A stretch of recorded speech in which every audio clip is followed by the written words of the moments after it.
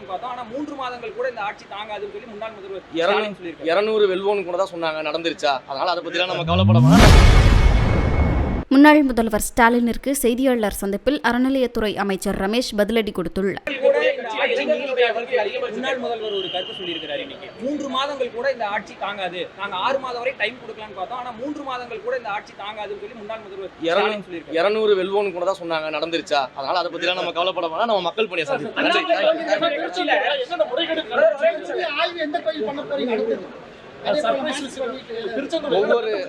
ஒவ்வொரு கோயில்கள் தொடருமா சார்?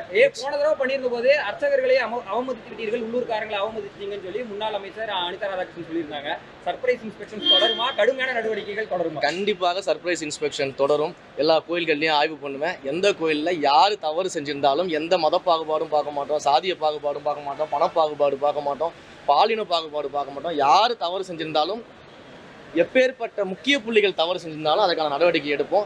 இதையெல்லாம் வைத்து அரசியல் செய்வதுதான் திமுகவுடைய வழக்கமாக இருக்கிறது. தந்தை பெரியாரை பின்பற்றியவர்கள் இன்றைக்கு என்னை சாதி பெயரை சொல்லி கூப்பிடக்கூடிய அளவுக்கு வந்திருக்கிறாங்கன்னா எந்த அளவுக்கு அவங்க கொள்கையிலிருந்து நீர்த்து போய் தங்களை காப்பாற்றிக் கொள்வதற்காக பேசிக் கொண்டிருக்காங்க. இது ஒரு வெட்ட வெளிச்சமான உதாரணம். நிச்சயமாக நடவடிக்கைகள் தொடரும். கோயில்கள் தூய்மையாக்கப்படும். கோயில்கள் மக்கள் மன நிம்மதியோடு வந்து சென்று கடவுளை வணங்க. செய்திகளை உள்ளது உள்ளபடி தெரிந்து கொள்ள ரெஃப்ளெக்ட் நியூஸை சப்ஸ்கிரைப் பண்ணுங்க.